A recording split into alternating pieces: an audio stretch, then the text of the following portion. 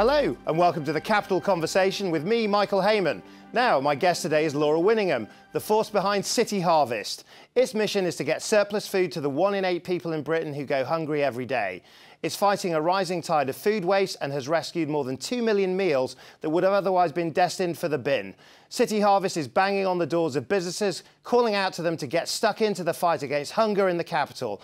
And Laura is here to tell us why it's so important that they answer. Laura, welcome to the show. Thanks so much. This is a big problem that you're trying to tackle. £13 billion worth of food thrown away every year in the UK.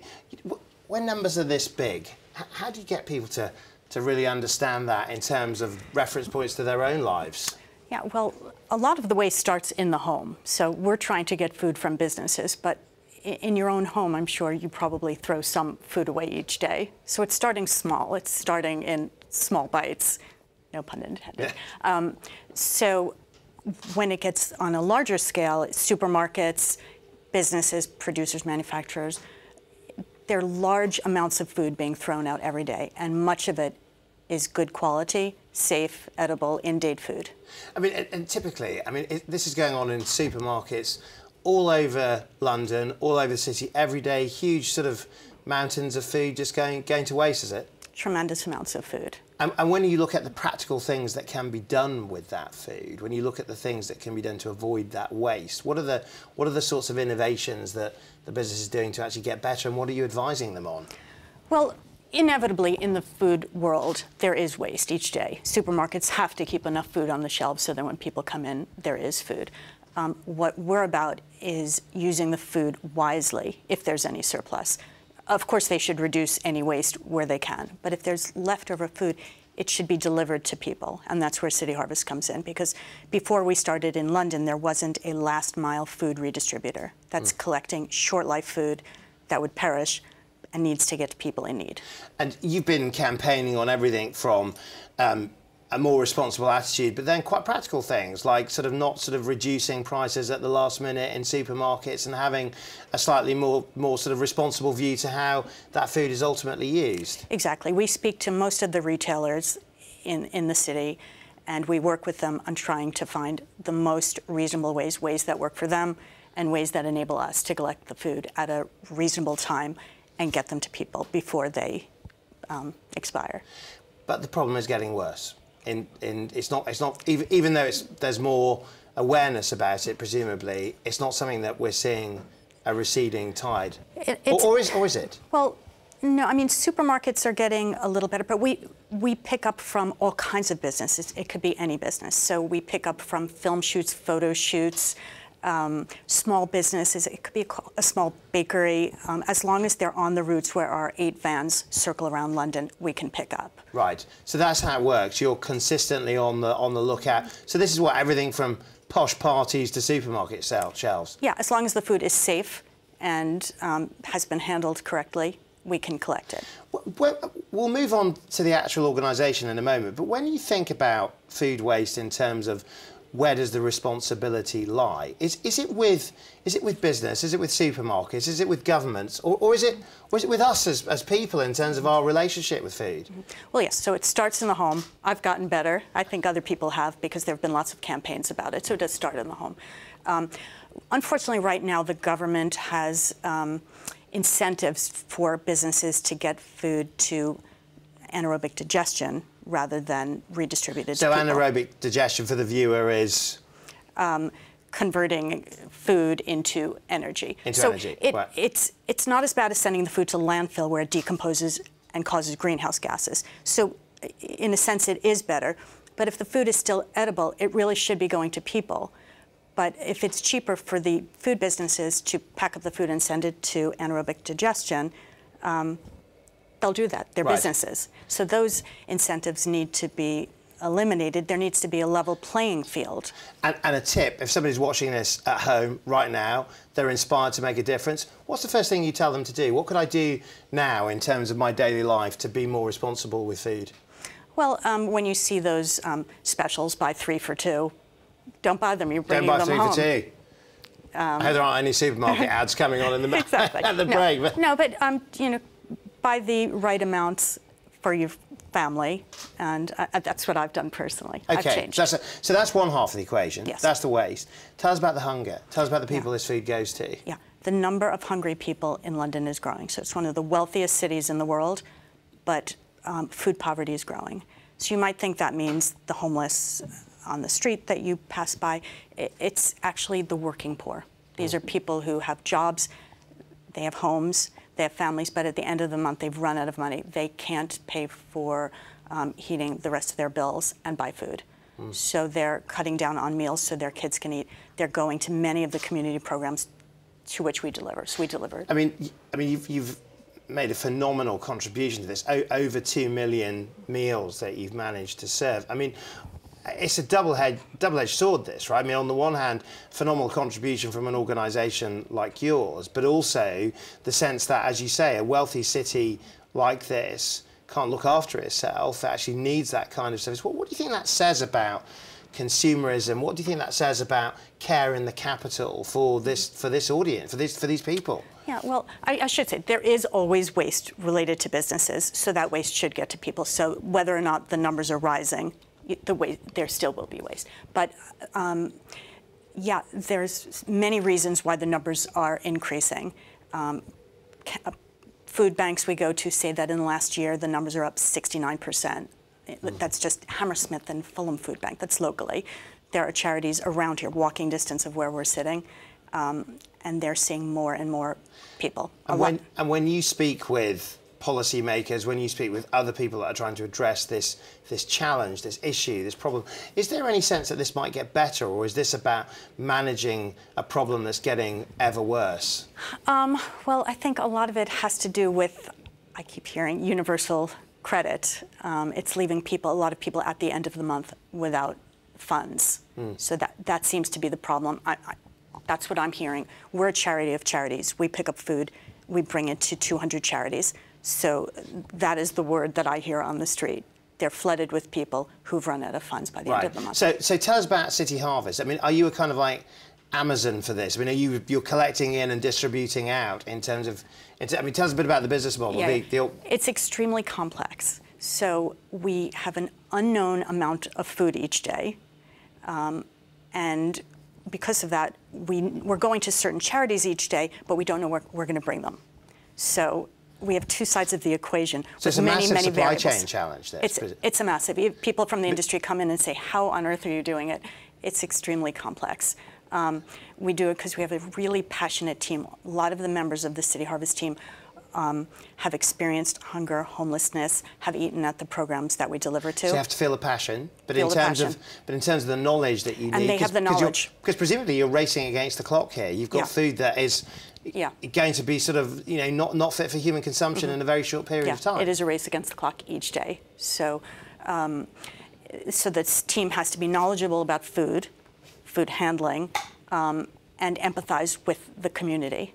So if we get, nothing stops them. If we get offered 2 tons of some food, and I say, how are we going to get that out? They say, we're getting it out. Right. There's people that need it. So there's a very strong sense of mission in the organisation. Strong sense of mission. And in terms of the sort of background, you talk about people that have directly sort of experienced this, but your own background is you've come from business into this. I mean, do you find that you're bringing kind of business techniques into actually running City Harvest? I mean, does that help you run a better organisation? It absolutely does. So it's a charity. I run it like a business.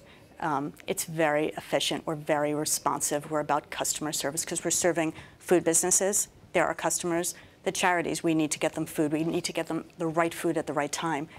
200 charities, they serve different meals, different times of day, have different ethnic groups they're serving. We need to know both sides, and we need to do it well, and we can't mess up. I mean, you certainly, I mean, sort of, you look at stuff like the Evening Standard, you look at sort of front cover after front cover now, which is raising this issue of hunger and food waste. But in terms of business, the supermarket chains and others, do you think they get it now? And do you think they're doing enough about it to work with organisations like yours to address the problem? Yeah, I mean, we are working with all of them. I think that each one has different needs. They have different schedules, they're different businesses. We have routes that we're going on. We're trying to get each one to work But is there one that really efficiently gets it, would you say? Is there one that you think just stands head and shoulders? I mean, I know it might be difficult. Well, no, I'll tell you the interesting thing. It's actually among the chains, there's one store that might get it. Okay. So it's not so that's retailer down to by a retailer. store manager, And that is the most difficult part of our business, educating the store manager, because even though it comes from head office, please put aside food to redistribute to the community, it's up to that person in the back of the store to make the decision whether to toss it or place it neatly. And do you trust that the motives now are changing? Do you see this as being less about the kind of CSR side and much more about what good business is all about? Yeah, I do. I do see a change in that. I think that most businesses want to get food to people. The limiting factor has been a logistics service that is efficient and reliable and gets there and works with their business. Right. Now, unfortunately, we've run out of time for the first half, but we're going to come back. And when we do, we're going to turn to the tragedy of Grenfell and the essential role that social enterprises have undertaken in its wake. We'll be right back.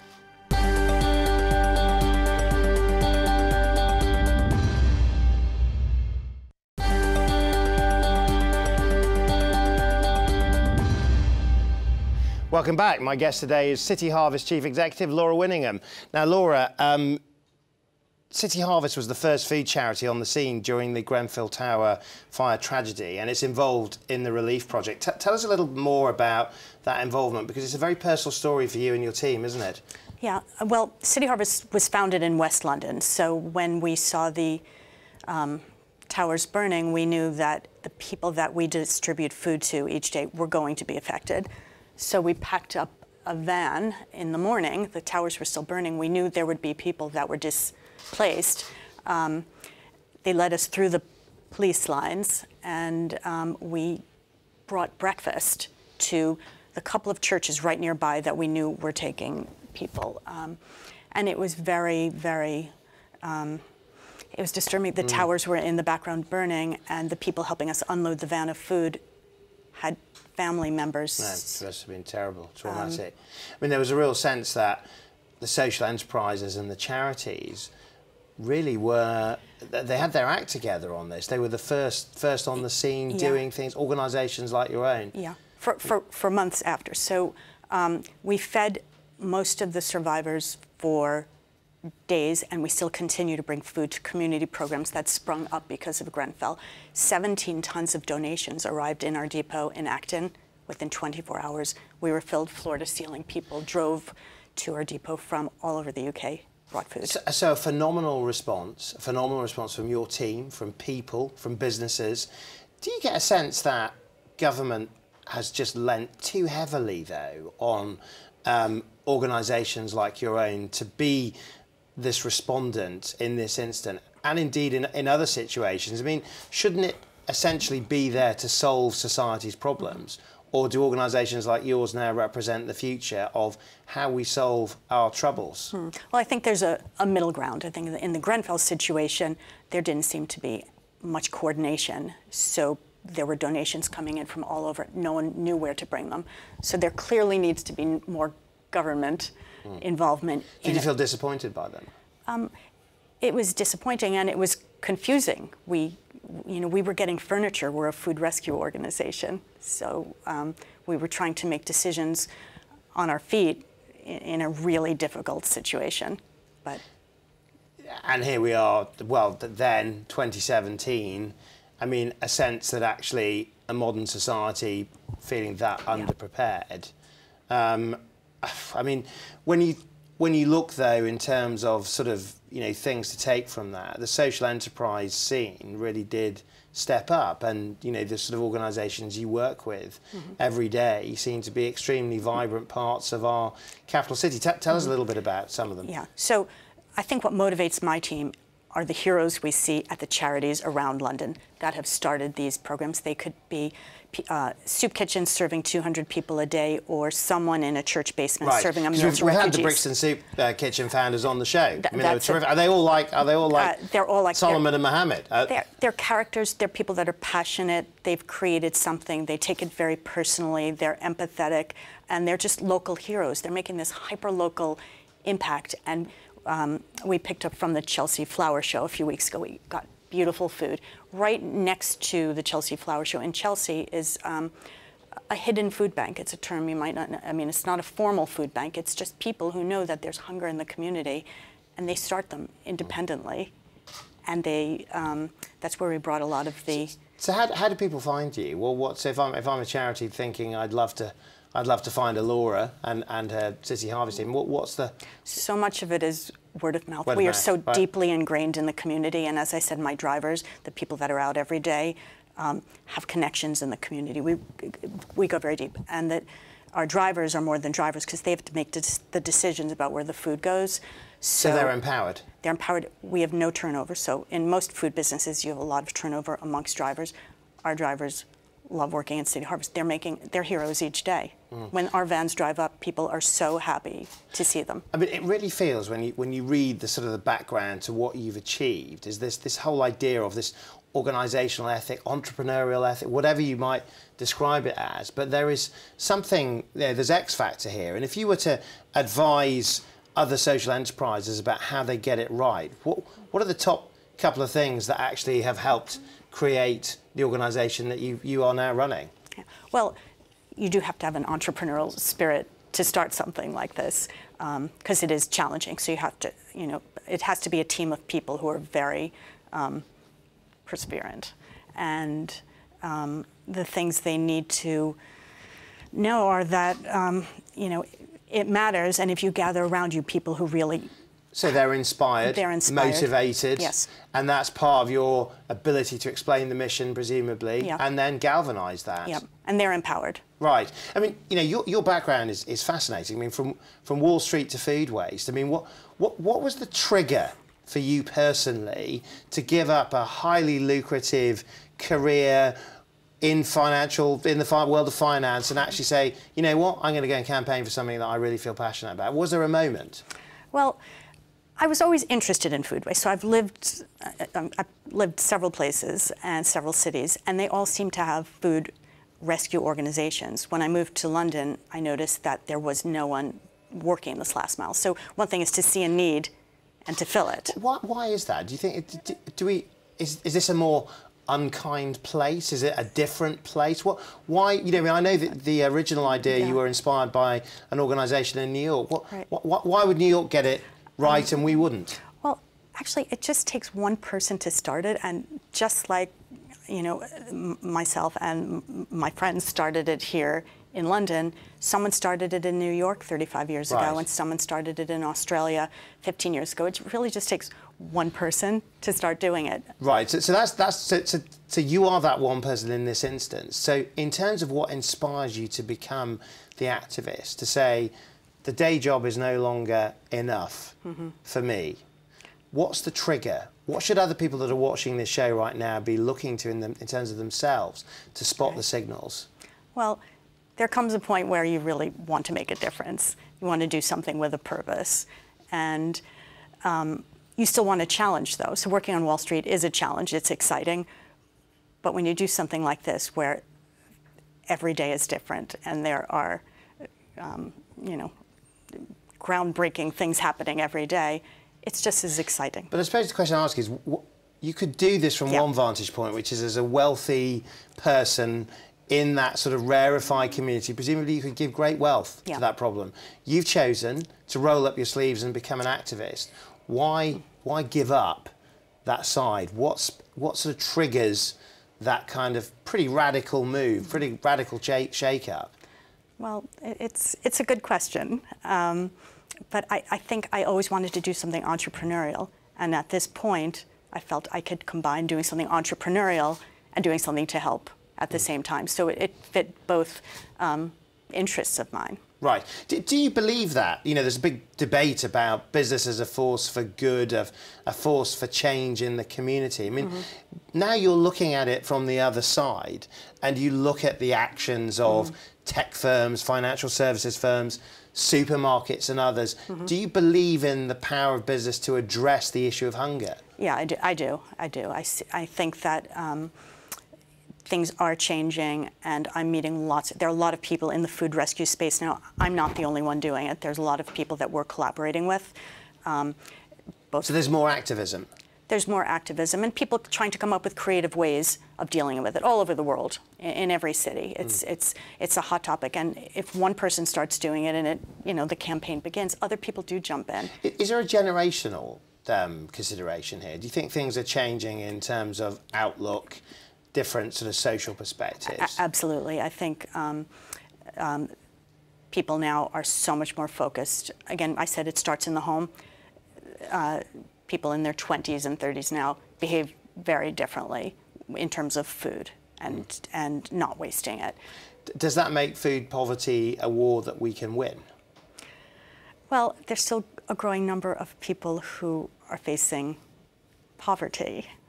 So maybe we could win the war on waste, but I think we still have to address the issues around poverty in London. Right, but are you optimistic about that? I am optimistic. Right. I am optimistic. And if you were to call out, I mean, actually, let me ask you a different question. If I was to make you CEO of one of the big 4 supermarkets for a day, what could they do that they're not doing now that would make a really profound difference? Yeah, the biggest one is filtering their message from the top down to the bottom, so that every very hyperlocal location we visit to collect food helps us and has the food ready and has it organized and makes our vans run more efficiently so we can make greater impact each day. So it's a real culture change. It's a culture change. And thinking about, the sort of the huge number of businesses in London that may not know about City Harvest, in terms of the kind of change that they could make, the things that they could be thinking about, we're into our last minute, a couple of things that they could do to sort of take us out of the show. Well, I think a lot of people don't know about City Harvest because we operate pretty under the radar. So there are so many food businesses that are not donating food. When they hear about us, they quickly start donating. It's an easy thing to do. It's a very easy thing. It's as easy as putting it aside to go to the bin. They just put it aside and we come collect it with a refrigerated van or a freezer van. So the food is safe. They have no concerns about how it's handled, and it gets to the right people at the right time. So there you have it. Throw it in the bin or do something good with it. Thank you to my guest, Laura Winningham, a campaigner using the techniques of business to lead the fight back against food waste. It's one of the biggest challenges for our capital city, but critically, it's a challenge that has a solution. And that's why it's inspirational. And if you want to hear more from the people that make a difference, join me again for the next Capital Conversation. I'll see you then.